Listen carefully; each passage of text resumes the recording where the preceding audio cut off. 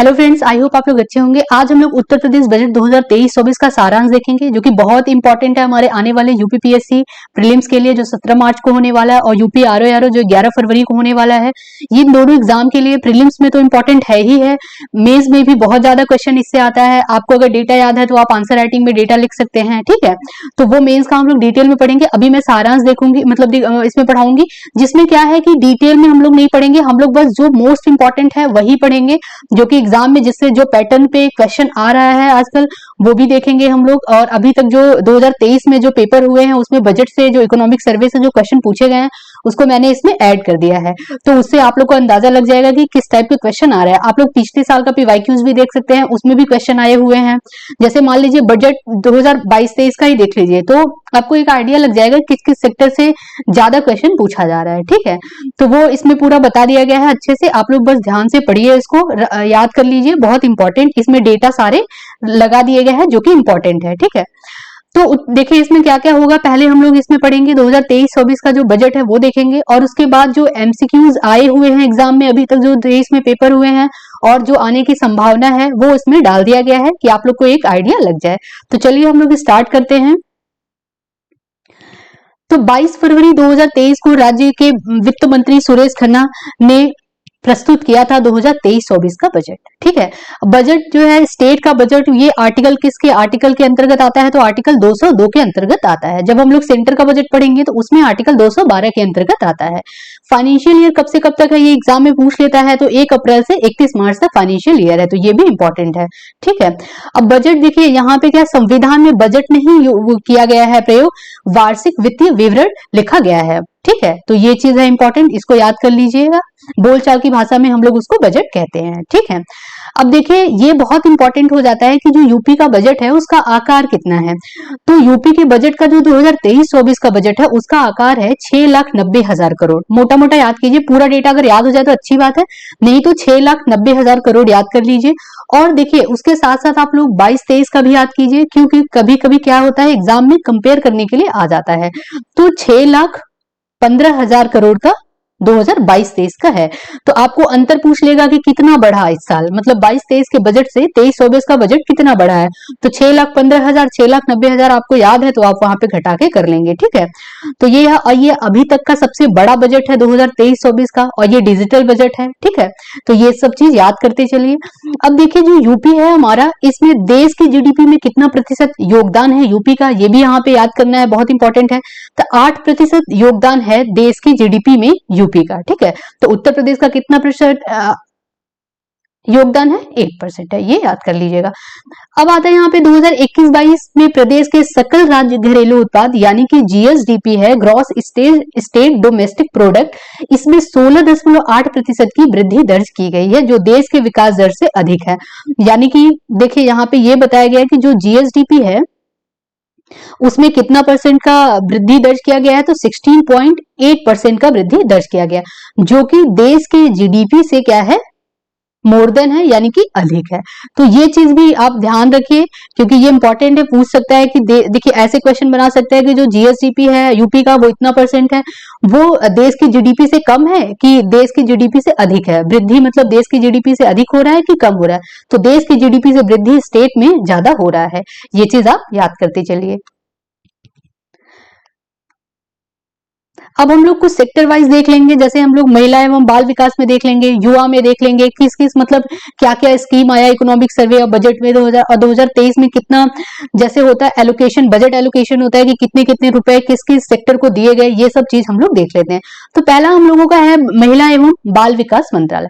इसमें क्या होगा, देखिए पहली देखिए साथ साथ योजना भी याद करते चलिए, क्योंकि एग्जाम में क्या होता है ऐसे स्कीम दे देता है 2-3 मतलब 4 स्कीम देगा और उसमें से पूछेगा कि कौन सी यूपी की स्कीम है या तो कौन सी यूपी की स्कीम नहीं है। तो उसमें क्या होगा, एक यूपी की स्कीम रहेगी और नहीं रहेगा, तो आपको यूपी का एटलीस्ट याद रहेगा तो आप एलिमिनेट कर लेंगे। तो देखिए मुख्यमंत्री कन्या सुमंगला योजना, ये सबसे पहले तो इसको यही याद कर लीजिए कि ये यूपी गवर्नमेंट का स्कीम है। देखिए अभी तो लगता है कि हाँ इजी है, लेकिन जब हम मध्य प्रदेश, यूपी, राजस्थान सबका देखते हैं तो बहुत कंफ्यूजन हो जाता है, ठीक है, क्योंकि बहुत थोड़ा थोड़ा ही अंतर रहता है। तो इसलिए आप ध्यान से इसको पढ़ते चलिए, याद करते चलिए कि मुख्यमंत्री कन्या सुमंगला योजना के अंतर्गत प्रति लाभार्थी को कितने रुपए मिलेंगे? 15,000 रुपए की धनराशि मतलब उनको मिलेगा। तो कितना रुपए मिलेगा? 15,000 रुपए तक मिलेगा। अब वित्तीय वर्ष जो फाइनेंशियल ईयर 2023-24 है उसमें इसके लिए कितना बजट एलोकेशन किया गया है? तो वो 1050 करोड़ रुपए की व्यवस्था की गई है, यानी कि इतने रुपए को प्रस्तावित किया गया है कि जो महिला एवं बाल विकास के लिए ये मंत्रालय है, इसमें स्कीम है, ये कौन सी स्कीम है? मुख्यमंत्री कन्या सुमंगला योजना। इसमें 1050 करोड़ रुपए की व्यवस्था की गई है यूपी गवर्नमेंट के द्वारा, क्योंकि हम लोग यूपी की स्कीम पढ़ रहे हैं, मतलब यूपी का बजट पढ़ रहे हैं, तो ये यूपी गवर्नमेंट ही करेगा। ठीक है, तो ये चीज याद कर लीजिएगा, 1050 करोड़ रुपए। और जो लाभार्थी है उनको कितने रुपए मिलेंगे? तो उनको 15,000 रुपए तक की लाभार्थी को धनराशि मिलेगा। ये इंपॉर्टेंट है। अब आता है नेक्स्ट पॉइंट, मुख्यमंत्री सामूहिक विवाह योजना हेतु कितने रुपए की व्यवस्था की गई है? तो 600 करोड़ रुपए की धनराशि की व्यवस्था की गई है, यानी कि बजट में इतना प्रस्तावित किया गया है। ये सीधे सीधे दे देता है कि मुख्यमंत्री कन्या सुमंगला योजना दे देगा, मुख्यमंत्री सामूहिक विवाह योजना दे देगा और महिला सामर्थ्य योजना, और एक स्कीम और दे देगा। और क्या करेगा? जैसे बजट एलोकेशन इधर लिख देगा 1050 और 600 करोड़ दे देगा, 63 करोड़ दे देगा। आपको क्या होगा? मैच करना होगा, ऐसे आता है एग्जाम में। तो इसको आप डेटा पूरा याद करते चलिए कि कितने कितने बजट एलोकेशन किस किस स्कीम के लिए हुआ है। ठीक है, नेक्स्ट है महिला सामर्थ्य योजना। इसके लिए कितना 2023-24 में कितने बजट एलोकेशन किया गया है? तो ये है 63 करोड़ रुपए की व्यवस्था की गई है, प्रस्तावित किया गया है 63 करोड़ रुपए। किसके लिए? महिला सामर्थ्य योजना। अब महिला सामर्थ्य योजना किसकी स्कीम है? तो ये यूपी की स्कीम है, ये भी याद करते चलिए। निराश्रित विधवाओं के भरण पोषण के लिए 32,62,000 महिलाओं को, मतलब ये डेटा दिया गया है कि 32,62,000 महिलाओं को क्या गया? पेंशन दी जा रही है इस टाइम।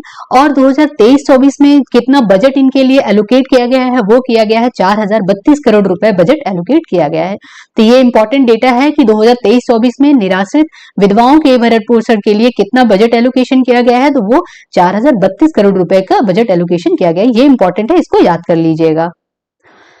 नेक्स्ट है यहाँ पे मिशन इंद्रधनुष के अंतर्गत 36,82,000 से अधिक बच्चों एवं 10,31,000 से अधिक गर्भवती माताओं का टीकाकरण किया गया। तो ये डेटा सीधे सीधे पूछ सकता है, तो ये भी आप लोग याद कर लीजिएगा। अब प्रदेश में नियमित टीकाकरण के अंतर्गत अक्टूबर 2022 तक 95% बच्चों का टीकाकरण लगाया गया है। तो ये भी पूछ सकता है लगभग, तो इतना इंपॉर्टेंट नहीं है, लेकिन याद कर लीजिएगा। और ये सारा बजट एलोकेशन याद कर लीजिएगा, इंपॉर्टेंट है। ठीक है, नेक्स्ट हम लोग चलते हैं युवाओं के लिए क्या क्या किया गया है, ये हम लोग देख लेते हैं। तो स्वामी विवेकानंद युवा सशक्तिकरण योजना, ये भी इंपॉर्टेंट है। सबसे पहले तो यही याद कर लीजिए, स्वामी विवेकानंद युवा सशक्तिकरण योजना किस स्टेट गवर्नमेंट से रिलेटेड है? तो ये यूपी से है। ठीक है, इसके तहत छात्रों को टैबलेट, स्मार्टफोन देने की वित्तीय वर्ष में 2023-24 पे कितना बजट एलोकेट किया गया है? ये है 3,600 करोड़। तो इसमें देखिए एक ये जो है, इससे 3 क्वेश्चन बन सकते हैं। पहला कि स्वामी विवेकानंद युवा सशक्तिकरण योजना किस गवर्नमेंट की स्कीम है? तो ये यूपी गवर्नमेंट ने ये स्कीम चलाई है। दूसरा क्या है, ये योजना का क्या उद्देश्य है? तो इसमें क्या होगा? छात्र छात्राओं को टैबलेट, स्मार्टफोन दिए जाएंगे। ठीक है, और तीसरा है कि वित्तीय वर्ष जो फाइनेंशियल ईयर 2023-24 है उसमें यूपी गवर्नमेंट ने कितना बजट एलोकेट किया है? तो वो है 3,600 करोड़ रुपए एलोकेट किया गया है। तो ये बहुत इंपॉर्टेंट है स्कीम, ये पूछा हुआ भी है, तो इसको याद कर लीजिएगा। नेक्स्ट है उत्तर प्रदेश स्टार्टअप नीति 2020 के तहत इंक्यूबेटर्स को बढ़ावा देने तथा स्टार्टअप्स के लिए सीड फंड हेतु कितने करोड़ रुपए की व्यवस्था की गई है? तो वो 100 करोड़ रुपए प्रस्तावित किए गए हैं बजट 2023-24 में। नेक्स्ट है ग्रामीण क्षेत्रों में युवा उद्यमियों को एग्रीटेक स्टार्टअप्स की स्थापना हेतु एग्रीकल्चर एक्सीलरेटर फंड के लिए 20 करोड़ रुपए की व्यवस्था की गई है। तो ये पूरा डेटा ही आप लोग बोर हो जाएंगे, लेकिन ये बहुत इंपॉर्टेंट है। क्यों? क्योंकि ये आता है सीधे सीधे, तो कम से कम 4 से 5 क्वेश्चन यूपी बजट से आते ही आते हैं। तो इसको आप लोग याद कर लीजिए, बार बार पढ़ेंगे तो याद हो जाएगा। नेक्स्ट है हमारा एजुकेशन पे हम देख लेते हैं कि क्या क्या हुआ है, कितने मतलब बजट एलोकेट क्या क्या किया गया है और कौन कौन सी स्कीम है एजुकेशन से रिलेटेड, वो भी यहाँ पे याद हो जाएगा। तो देखिए ऑपरेशन कायाकल्प, ये किससे रिलेटेड है? तो ये एजुकेशन से रिलेटेड है, ऑपरेशन कायाकल्प। इसमें देखिए यहाँ पे उद्देश्य भी लिख दिया गया है, प्राथमिक विद्यालयों की अवस्थापना हेतु जो सुविधाएं, मतलब देखिए जो प्राथमिक विद्यालय हैं उनमें जो सुविधाएं हैं उनको विकास करना, सुविधाओं का मतलब जो सुविधाएं पहले से दी गई हैं उनमें जो कमी है उसको विकास करना, उसके लिए कितना 1,000 करोड़ रुपए प्रस्तावित किया है बजट 2023-24 में? तो वो किया गया है 1,000 करोड़ रुपए प्रस्तावित किया गया है 2023-24 के लिए। ठीक है, तो ये चीज याद करते चलिए। अब केंद्र सरकार की सहायता से पीएम श्री योजना भी एजुकेशन से रिलेटेड है। पीएम श्री क्या है? प्रधानमंत्री school for rising India. Full form भी एग्जाम में पूछता है तो इसको भी याद कर लीजिए। तो प्रधानमंत्री स्कूल फॉर राइजिंग इंडिया नामक नई योजना प्रदेश में क्रियान्वित की जाएगी। तो जो ये केंद्र सरकार की योजना है ये भी यूपी में चलेगी, पीएम श्री योजना, ये भी याद कर लीजिए। ऑपरेशन कायाकल्प के तहत क्या किया जाएगा, जो स्कूल प्राइमरी विद्यालय हैं, हर गांव में है प्राइमरी विद्यालय, तो उनमें जो विकास किया जाएगा और जहां पे नहीं है वहां पे स्थापना की जाएगी ये चीज, और जहां पहले से है उसमें सुधार किया जाएगा, जो जो वहां पे सुविधाएं नहीं है वो सुविधाएं दी जाएंगी वहां पे, ठीक है। तो ऑपरेशन कायाकल्प प्राथमिक विद्यालय से रिलेटेड है, ये याद कर लीजिएगा। पीएम श्री का फुल फॉर्म याद कर लीजिएगा। अब नेक्स्ट है ग्राम पंचायत एवं वार्ड स्तर पर डिजिटल लाइब्रेरी की स्थापना की नई योजना शुरू की गई है, ये यूपी गवर्नमेंट के द्वारा शुरू की गई है।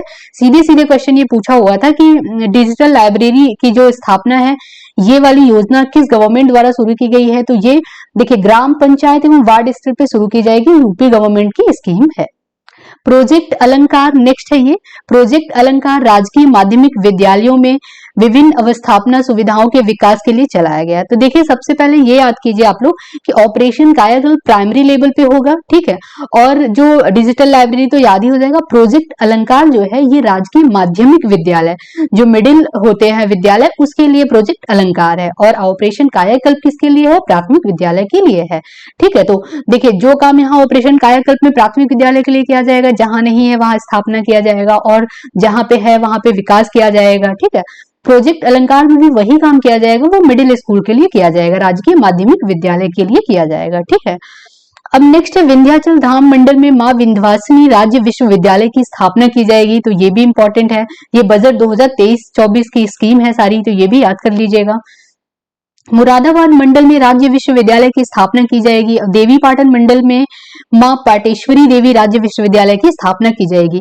तो कभी कभी क्या होता है कि एग्जाम में ऐसे पूछ लेता है कि जो देखिए ये दे देगा देवी पाटन मंडल की मां पाटेश्वरी देवी राज्य विश्वविद्यालय की स्थापना किस बजट में की गई, मतलब ये इसकी बात किस बजट में की गई कि स्थापना की जाएगी। अब दे देगा आपको कि 2022-23 का बजट है, 2023-24 का बजट है, 2020-21 का, तो आपको एकदम क्लियर कट यहाँ पे याद रहना चाहिए कि ये 2022-23-24 का बजट है, ठीक है, 22-23 का नहीं है, तो 23-24 का बजट है, ये चीज याद रखना क्योंकि ये एग्जाम में ऐसे भी क्वेश्चन आता है। सहारनपुर, फतेहपुर एवं बलिया में स्पोर्ट्स कॉलेज का निर्माण किया जाएगा, तो ये इंपॉर्टेंट है कि स्पोर्ट्स कॉलेज का निर्माण 2023-24 के तहत बजट के तहत सहारनपुर, फतेहपुर और बलिया में किया जाएगा, तो ये इंपॉर्टेंट है। निर्माण श्रमिकों के बच्चों की शिक्षा के लिए प्रत्येक राजस्व मंडल में 1000 बालक बालिकाओं के लिए कक्षा 6 से 12 तक अध्ययन हेतु अटल आवासीय विद्यालय का संचालन किया जाएगा 2023-24 में। तो ये चीज इंपॉर्टेंट है कि जो श्रमिक हैं, मजदूर हैं, उनके बच्चों के लिए शिक्षा के लिए 1000 बालक बालिकाओं के शिक्षा के लिए 6 से 12 तक के अध्ययन के लिए अटल आवासीय विद्यालय मतलब कि वहां पढ़ेंगे, हॉस्टल भी प्रोवाइड कराया जाएगा उनको, तो ये चीज है, ठीक है। तो ये चीज निर्माण 2023-24 में बजट में किया गया है। अब देखिए नेक्स्ट है हमारा 2023-24 के का जो राजकोषीय घाटा है वो कितना है, तो वो जीएसडीपी का 3.5% है। ये इंपॉर्टेंट है, परसेंटेज बहुत इंपॉर्टेंट है, इसको याद कर लीजिएगा कि राजकोषीय घाटा जो फिस्कल डेफिसिट है वो जीएसडीपी का कितना है, तो वो जीएसडीपी का 3.5% है, ठीक है। और यहाँ पे है 2022-23 में संशोधित, देखिए अभी क्या होता है 2023-24 तो हम अनुमान लगाते हैं कि इतना अनुमानित किया गया है, तो ये लक्षित किया गया है, ये है नहीं, ये बढ़ भी सकता है और घट भी सकता है। तो हमें जो संशोधित डेटा 2022-23 का हम देखेंगे पुराने बजट का, तो उसमें कितना अनुमान के अनुसार राजकोषीय घाटा जीएसडीपी का 4% होने की उम्मीद है, जो कि वर्ष बजट अनुमान के समान है। यानी कि देखिए होता क्या है कि 2022-23 में इन्होंने जो बजट मतलब जो 2022-23 का बजट आया था उसमें क्या हुआ था, जीएसडीपी का अनुमान लगाया गया था राजकोषीय घाटे का यानी फिस्कल डेफिसिट का कि 4% ही रहेगा वो जीएसडीपी का। अभी भी वो उतना ही है, तो जो संशोधित डेटा है वो भी सेम ही है जितना अनुमान किया गया था। अभी जो 2023-24 का बजट है उसमें जो राजकोषीय घाटा है यानी फिस्कल डेफिसिट जीएसडीपी का कितना परसेंट अनुमानित किया गया है, तो 3.5%। तो देखिए यहाँ पे 0.5% कम घाटा अनुमानित किया गया है, ठीक है। तो धीरे धीरे ये स्टेप बाय स्टेप घाटा को कम कर रहे हैं। अब यहाँ पे नीति की मुख्य बातें क्या क्या हैं, तो देखिए बिजली सब्सिडी, बाढ़ नियंत्रण और सिंचाई, विधवा पेंशन योजना, ग्रामीण आवास, तो इसको भी थोड़ा थोड़ा देख लेते हैं। इसमें मेन इंपॉर्टेंट हो जाता है कि कितना बजट एलोकेट किया गया, ये इंपॉर्टेंट हो जाता है। तो यहाँ पे देखिए बिजली सब्सिडी में क्या है कि कितने हजार करोड़ रुपए आवंटित किए गए, तो 1500 करोड़ रुपए आवंटित किए गए हैं बिजली सब्सिडी में, ठीक है। ये बजट 2023-24 की बात हो रही है। अब बाढ़ नियंत्रण और सिंचाई के लिए कितने करोड़ रुपए की किया गया है, तो विभिन्न सिंचाई परियोजनाओं के लिए 10,952 करोड़ रुपए आवंटित किए गए हैं बजट 2023-24 में। इसमें से 3,400 करोड़ रुपए लघु सिंचाई परियोजनाओं पे खर्च किए जाएंगे। ठीक है, तो देखिए सिंचाई के लिए टोटल 10,952 करोड़, जिसमें से लघु सिंचाई के लिए 3,400 करोड़ रुपए लघु सिंचाई पर खर्च किए जाएंगे। विधवा पेंशन योजना, इसके तहत क्या है, बजट 2023-24 में 4,032 करोड़ रुपए आवंटित किए गए हैं विधवा पेंशन योजना के लिए। ग्रामीण आवास के लिए क्या किया गया है, प्रधानमंत्री आवास योजना ग्रामीण के तहत 2023-24 में इतने घरों का निर्माण लक्षित किया गया है, कितने, 12,39,877 घरों का निर्माण इसका लक्ष्य रखा गया है।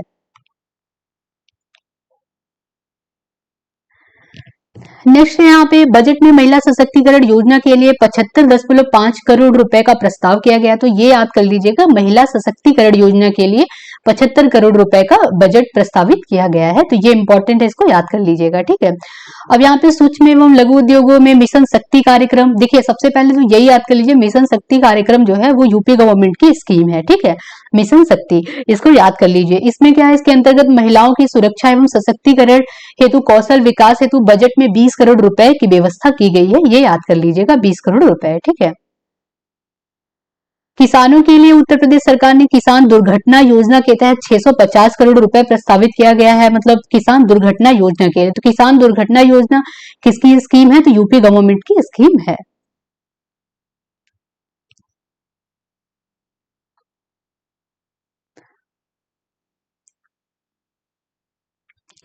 नेक्स्ट, स्वामी विवेकानंद युवा अधिकारी योजना के लिए बजट में 1,500 करोड़ रुपए प्रस्तावित किया गया है। और यहाँ पे है अगले 5 वर्ष, ये इतना इंपॉर्टेंट नहीं, इसको छोड़ दीजिए, ये सब इंपॉर्टेंट नहीं है। आई होप यहाँ तक आप लोग को क्लियर हो गया होगा। अब हम लोग एमसीक्यूज देख लेते हैं, पीवाईक्यूज भी देख, मतलब कुछ क्वेश्चन है जो कि आए हुए हैं, जो 2023 में पेपर हुआ है तो उसमें आया हुआ है, और कुछ क्वेश्चन हमने अपने से डाल दिया है, तो उससे आप लोग को आइडिया लग जाएगा। तो इसमें देख लेते हैं हम लोग कि किस किस टाइप से है, जो छूटा होगा वो क्वेश्चन के एक्सप्लेनेशन में हम लोग देख लेंगे। ठीक है, तो यहाँ पे पहला क्वेश्चन है हमारा, फरवरी 2023 में प्रस्तुत उत्तर प्रदेश बजट 2023-24 का आकार कितना है। तो अभी हम लोगों ने पढ़ा 6,90,000 करोड़ का आकार है।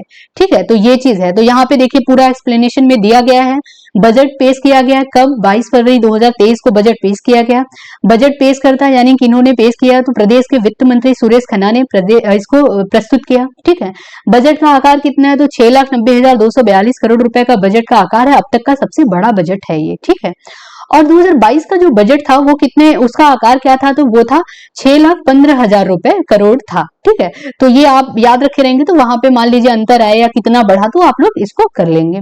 राजस्व लेखे की प्राप्तियों में अगर हम लोग देखेंगे तो 5,70,000 करोड़ रुपए था, और जिसमें अगर हम लोग पूंजी लेके यानी कि कैपिटल की देखें, हम लोग कैपिटल इनकम की बात करें तो उसमें 1,12,000 करोड़ रुपए था, और टोटल जो था इनकम वो कितना था, तो 6,83,000 करोड़ है। ठीक है, था नहीं, सॉरी है, क्योंकि ये अभी बजट 2023-24 ये पूरा साल के लिए चलता है, मतलब बजट है, तो अभी ये अनुमानित किया गया है। ठीक है, राजस्व लेखे पर व्यय कितना है, तो यहाँ पे देखिए व्यय कितना होगा, 5,02,000 करोड़ रुपए का है व्यय। और पूंजी लेखे यानी कैपिटल पे कितना, कैपिटल एक्सपेंडिचर कितना है पूंजी लेखा पर व्यय, तो ये है हमारा 1,87,000 करोड़ रुपए है। तो ये डेटा नहीं याद हो रहा तो आप लोग छोड़ दीजिए, लेकिन ये कुछ कुछ डेटा याद कर लीजिए, इंपॉर्टेंट है, और ये याद कर लीजिएगा, इंपॉर्टेंट है। नेक्स्ट है हमारा, देश की जीडीपी में उत्तर प्रदेश का कितना योगदान है। तो देश की जीडीपी में उत्तर प्रदेश का योगदान कितना है, 8% है। अभी हम लोगों ने पढ़ा डिटेल में एकदम। तो देश की जीडीपी में उत्तर प्रदेश का योगदान 8% से अधिक है या 8% है, याद कर लीजिएगा इसको। बजट में नई योजनाओं पर, ये बहुत इंपॉर्टेंट है कि पूछता है कि बजट में नई योजनाओं पर कितना खर्च किया गया। ठीक है, तो ये 32,721 करोड़ रुपए खर्च किया गया। मोटा मोटा आप लोग याद कीजिए, 32,000 करोड़ रुपए खर्च किया गया। ठीक है, सकल राज्य घरेलू उत्पाद यानी कि जीएसडीपी में अनुमानित वृद्धि कितना है, तो वो है 19% अनुमानित वृद्धि है। राज्य वस्तु एवं सेवा कर जो जीएसडीपी है उसके मूल्य संवर्धित कर से राजस्व संग्रह का लक्ष्य कितना है, तो ये है हमारा 1,50,000 करोड़ रुपए का ये लक्ष्य है। ठीक है, नेक्स्ट क्वेश्चन, एक जनपद एक मेडिकल कॉलेज किस राज्य सरकार की योजना है। तो एक जनपद एक मेडिकल कॉलेज ये यूपी गवर्नमेंट की स्कीम है। तो ऐसे भी क्वेश्चन आता है। नेक्स्ट यहाँ पे मुख्यमंत्री कृषक दुर्घटना कल्याण योजना के अंतर्गत दुर्घटनावश मृत्यु या दिव्यांगता मतलब कि डिसेबिलिटीज हो जाती है, उसकी दिशा में कितनी अधिकतम राशि प्रदान की जाएगी यूपी गवर्नमेंट द्वारा? तो 5 लाख रुपए राशि प्रदान की जाएगी। तो ये है मुख्यमंत्री कृषक दुर्घटना कल्याण योजना। ये पहले तो यही याद कर लीजिए, ये यूपी की स्कीम है, मुख्यमंत्री कृषक दुर्घटना कल्याण योजना। तो यहाँ पे वही चीज बताया गया है कि कितना कितना बजट। देखिए, मुख्यमंत्री कृषक दुर्घटना कल्याण योजना के तहत 5 लाख रुपए दिए जाएंगे। मुख्यमंत्री कन्या सुमंगला योजना के तहत धनराशि जो बजट में है तो 1050 करोड़ रुपए आवंटित किया गया है। निराश्रित विधवाओं के लिए कितना किया गया है? 4032 करोड़ रुपए आवंटित किया गया है। मुख्यमंत्री सामूहिक विवाह योजना के लिए 600 करोड़ रुपए आवंटित किया गया। तो ये साथ साथ आप लोग याद करते चलिए। अब ये क्वेश्चन बहुत इंपॉर्टेंट है, इससे क्वेश्चन इसमें देखिए 2-3 क्वेश्चन इससे बन जाते हैं, सीधे सीधे पूछता है। आरओ में तो पूछ लेता है ऐसे कि पूरा दे देगा आपको, ऋण और अग्रिम अनुपात, स्वयं का कर राजस्व और करेत्र मतलब लोक ऋण दे देगा। और क्या होगा कि परसेंटेज वाइज दे देगा, 14% दे देगा, 38%, 0.4%। आपको क्या होगा, मैच करना होगा। तो ये बहुत इंपॉर्टेंट है, इसको पूरा एकदम एज इट इज इसको याद कर लीजिए। एटलीस्ट 4 तक तो आपको याद करना ही पड़ेगा इसमें, ठीक है। तो उत्तर प्रदेश, देखिए क्वेश्चन देख लेते हैं पहले हम लोग, फिर इसको देखते हैं। उत्तर प्रदेश बजट में 2023-24 के अनुसार सबसे कम राशि किस क्षेत्र से आती है? ठीक है, तो सबसे कम राशि किस क्षेत्र से आती है? तो वो ऋण और अग्रिम वसूली से सबसे कम राशि आती है। तो यहाँ पे इसको समझने के लिए हम लोग ये देख लेते हैं, उत्तर प्रदेश बजट 2023-24 में रुपया जो आता है और रुपया जाता है, ये हम लोग पूरा देख लेते हैं। ये पाई चार्ट में दिखाया गया है। रुपया आता में देखिए पहले नंबर पे सबसे ज्यादा कहां से रुपया आता है, तो वो चीज यहाँ पे है। तो देखिए स्वयं का कर राजस्व, यानी कि जो स्टेट है उसके स्वयं के कर से वो जो टैक्स लेता है स्टेट गवर्नमेंट, उससे 38% आता है। तो ये इंपॉर्टेंट है। सबसे पहले यहाँ लिखते चलते हैं हम लोग कि पहला जो नंबर से यहाँ पे आने की बात हो रही है कि कहां से रुपया आता है, ठीक है। तो पहले नंबर पे कहां से आएगा कि जो स्टेट का टैक्स होगा उससे पहले नंबर पे आएगा। तो कितना आएगा, उससे 38% आएगा। सेकेंड नंबर पे किससे आएगा? तो सेकेंड नंबर पे हम लोग देखते हैं यहाँ पे, तो केंद्रीय करों में राज्यांश, यानी कि केंद्र जो इकट्ठा करता है टैक्स, उसमें जो राज्य का हिस्सा है, जो स्टेट का शेयर है, वो उससे आएगा। तो उससे कितना आएगा? 27% आएगा, ठीक है। थर्ड नंबर पे क्या है? थर्ड नंबर पे लोक ऋण है, उससे आएगा। और फोर्थ नंबर पे क्या है? देखिए यहाँ पे 14, ये गलत हो गया, 14.9 पहले आएगा, तो थर्ड ये है, और 14.6 बाद में आएगा, ठीक है। तो ये फोर्थ है। तो यहाँ पे केंद्र सरकार से सहायता अनुदान, जो केंद्र सरकार हेल्प करती है उसके तहत जो पैसे देती है, रुपए देती है, वो तो वो है थर्ड नंबर पे। और लोक ऋण से 14% आता है, 14.6% है यहाँ पे, ये आता है। तो ये 4 तक आपको याद करना होगा कि जो स्वयं का, यानी कि जो राज्य है वो खुद जो टैक्स लेती है उससे कितना आता है? 38% आता है, ठीक है। नेक्स्ट दूसरा 27% कहां से आता है? तो ये केंद्रीय करों से, जो केंद्रीय करों में जो राज्यों का हिस्सा है उससे 27% आता है। दूसरा देखते हैं, जो केंद्र सरकार से सहायता अनुदान मिलता है उससे 14.9% आता है। चौथा देख लेते हैं हम लोग, तो लोक ऋण जो है उससे कितना आता है? 14.6% आता है। इसको आप एक साथ लिखिए और याद कीजिए, इसको 2-3 बार देखेंगे याद हो जाएगा। ये बहुत इंपॉर्टेंट है, सीधे सीधे ये डेटा दे देता है मैच करने को, ठीक है। और या तो अरेंज करने को दे देगा, आपको नाम दे देगा, ये सब आपको अरेंज करना होगा असेंडिंग या डिसेंडिंग ऑर्डर में। तो आप एटलीस्ट 4 तक याद कीजिए। और सबसे कम जो है वो किसमें है? लोक ऋण और अग्रिम वसूली में सबसे कम पैसा आता है, ठीक है। नेक्स्ट हम लोग क्वेश्चन देख लेते हैं यहाँ पे, उत्तर प्रदेश बजट 2023-24 के अनुसार सर्वाधिक अंश किस क्षेत्र में खर्च होता है, ये पूछा है इसमें, ठीक है। तो सर्वाधिक जो खर्च होता है वो होता है पूंजी परिव्यय, यानी कि कैपिटल एक्सपेंडिचर में सबसे ज्यादा खर्च होता है। तो यहाँ पे हम लोग डेटा देख लेते हैं कि सबसे ज्यादा खर्च कहाँ पे होता है, फिर सेकंड नंबर पे, एटलीस्ट 4 तक हम लोग देख लेते हैं। तो पहले नंबर पे देखिए ये क्या है? रुपया जाता है, यानी कि कितना एक्सपेंडिचर, कहाँ कहाँ एक्सपेंस होता है यूपी गवर्नमेंट का, तो ये चीज है। तो पहला क्या है? 21% कहाँ पे खर्च होता है? तो कैपिटल एक्सपेंडिचर में पहले नंबर पे आ जाएगा। कैपिटल एक्सपेंडिचर में 21% खर्च होता है, ठीक है।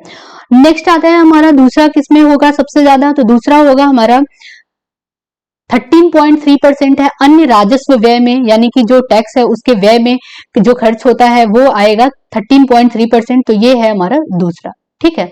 और तीसरा हमारा आता है वेतन सरकारी कर्मचारी, जैसे आप भी गवर्नमेंट एम्प्लॉय बनेंगे तो आपको वेतन दिया जाएगा, तो उसमें जो है 12.7% खर्च होता है। तो ये क्या है? थर्ड नंबर है।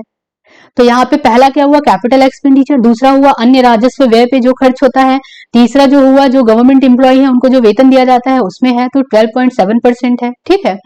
और नेक्स्ट हमारा है यहाँ पे 12.1% पेंशन जो दिया जाता है वो है हमारा चौथा, ठीक है। तो ऐसे ऐसे करके पूरा इसको याद कर लीजिएगा, और सबसे कम यहाँ पे जो है उसको भी याद करते चलिए साथ में, कि मान लीजिए उससे भी क्वेश्चन पूछ सकता है। तो यहाँ पे देखिए एकदम इजी है याद करना, क्योंकि देखिए वहां पे क्या था, यहाँ पे ऋण एवं अग्रिम में 1.4%, ये सबसे कम है।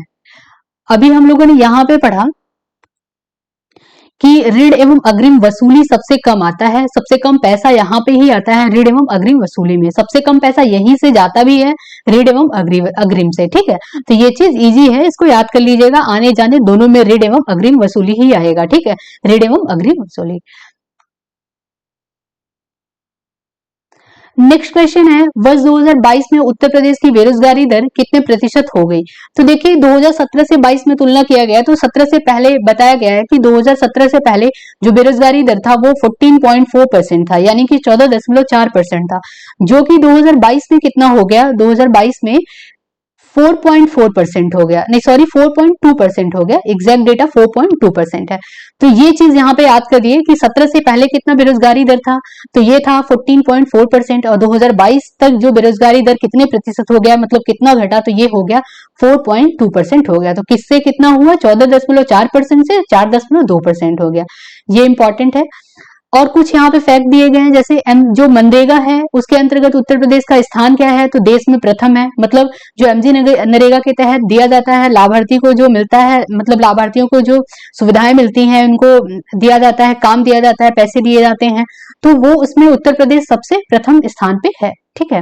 और उत्तर प्रदेश पर्यटन नीति 2022 में जो रोजगार है वो कितने, पर्यटन नीति मतलब क्या है, टूरिज्म सेक्टर में जो रोजगार मिला है वो यूपी में कितने लोगों को मिला है, तो 20,000, मतलब ये है कि अगले नहीं, यहाँ पे किया गया है 2023-24 में बजट में बताया गया है कि हम रखते हैं, अनुमान रखते हैं कि 5 वर्ष में हम 20,000 लोगों को इस सेक्टर में रोजगार देंगे, किस सेक्टर में, टूरिज्म सेक्टर में, ठीक है। तो ये चीज इंपॉर्टेंट है, याद कर लीजिएगा आप लोग। नेक्स्ट है यहाँ पे रवि विपणन वर्ष 2022-23 में गेहूं का न्यूनतम समर्थन मूल्य, इसका मतलब है एमएसपी, ठीक है। तो एमएसपी क्या है, मूल्य प्रति क्विंटल कितना निर्धारित किया गया, एमएसपी बहुत इंपॉर्टेंट है, न्यूनतम समर्थन मूल्य यानी कि मिनिमम सपोर्ट प्राइस इंग्लिश में कहते हैं, इसमें कितना मूल्य निर्धारित किया गया, ये सीधे सीधे एग्जाम में पूछता है। तो 2015 रुपए गेहूं का, रबी, हाँ गेहूं का किया गया। ऐसे आप लोग को धान का भी याद कर लेना है क्योंकि एग्जाम में पूछता है। तो गेहूं का आप लोग याद कर लीजिए, एमएसपी कितना तय किया गया है 22-23 के लिए, 2015 रुपए। और धान का न्यूनतम समर्थन मूल्य, इसमें देखिए 2 ग्रेड है, ग्रेड ए का जो है उसका किया गया है 2060 रुपए, और ऐसे जो सामान्य श्रेणी का धान है उसके लिए 2040 रुपए किया गया है एमएसपी, ठीक है। उत्तर प्रदेश में कृषि योग्य भूमि कितनी है, ये बहुत इंपॉर्टेंट है, एग्जाम में इससे मतलब क्वेश्चन आता है, इस टाइप के क्वेश्चन, तो इसको याद कर लीजिएगा कि जो हमारा यूपी है उसमें कृषि योग्य भूमि कितना है, तो वो है 188.4 लाख हेक्टेयर है। और कितने में कृषि मतलब होता है, देखिए कृषि योग्य भूमि तो 188 करोड़ है, 188 लाख हेक्टेयर है, सॉरी 188 लाख हेक्टेयर है, ठीक है। और लेकिन कृषि कितने पे हो रही है, तो वो 165 लाख हेक्टेयर पे कृषि हो रही है। तो कृषि योग्य भूमि 188 लाख हेक्टेयर है, और जो हो रही है कृषि उस पे 165 लाख हेक्टेयर पे कृषि हो रही है। नेक्स्ट है उत्तर प्रदेश बजट 2023-24 में ग्राम पंचायत एवं वार्ड स्तर पर डिजिटल लाइब्रेरी की स्थापना की गई है, मतलब कि नई योजना आई है, उसके लिए कितनी राशि आवंटित की गई है बजट 2023-24 में, तो 300 करोड़ रुपए की राशि आवंटित की गई है, इसको याद कर लीजिएगा, इंपॉर्टेंट है। तो यहाँ पे वही चीज दिया गया है फैक्ट में कि 300 करोड़ रुपए की राशि इसमें आवंटित की गई है। अब देखिए संस्कृत विद्यालयों की परिसंपत्तियों के सृजन हेतु 100 करोड़ रुपए, समग्र शिक्षा अभियान, ये याद कर लीजिए, ये बहुत इंपॉर्टेंट है, इसके तहत 20,255 करोड़ रुपए आवंटित किया गया है। और जो प्रधानमंत्री स्कूल फॉर राइजिंग इंडिया यानी पीएम श्री के तहत 510 करोड़ रुपए आवंटित किया गया है। तो ये स्टेट गवर्नमेंट ने आवंटित किया है 510 करोड़ रुपए, ठीक है। तो यहाँ पे है पीएम श्री के तहत कितने करोड़ रुपए की राशि आवंटित की गई है, तो वो 510 करोड़ रुपए बजट एलोकेट किया गया है। तो ये इंपॉर्टेंट है, सारा इंपॉर्टेंट है इसमें, उसको याद कर लीजिएगा अच्छे से। कोई भी डाउट होगा तो प्लीज आप लोग कमेंट बॉक्स में कमेंट कीजिएगा। आई होप आप लोग को क्लियर हो गया होगा। हम लोग आज यहीं तक रखते हैं, फिर उसके बाद मैं केंद्र का भी बजट लेके आऊंगी, उसको भी डिटेल में पूरा जो प्रीलिम्स में हमारे आने वाला है उसको मतलब उससे रिलेटेड जैसे ये वाला पूरा मैंने बनाया है वैसे ही फैक्ट जो है वो पूरा डिस्कस कर दूंगी। तो आज हम लोग यहीं तक रखते हैं, तब तक के लिए धन्यवाद।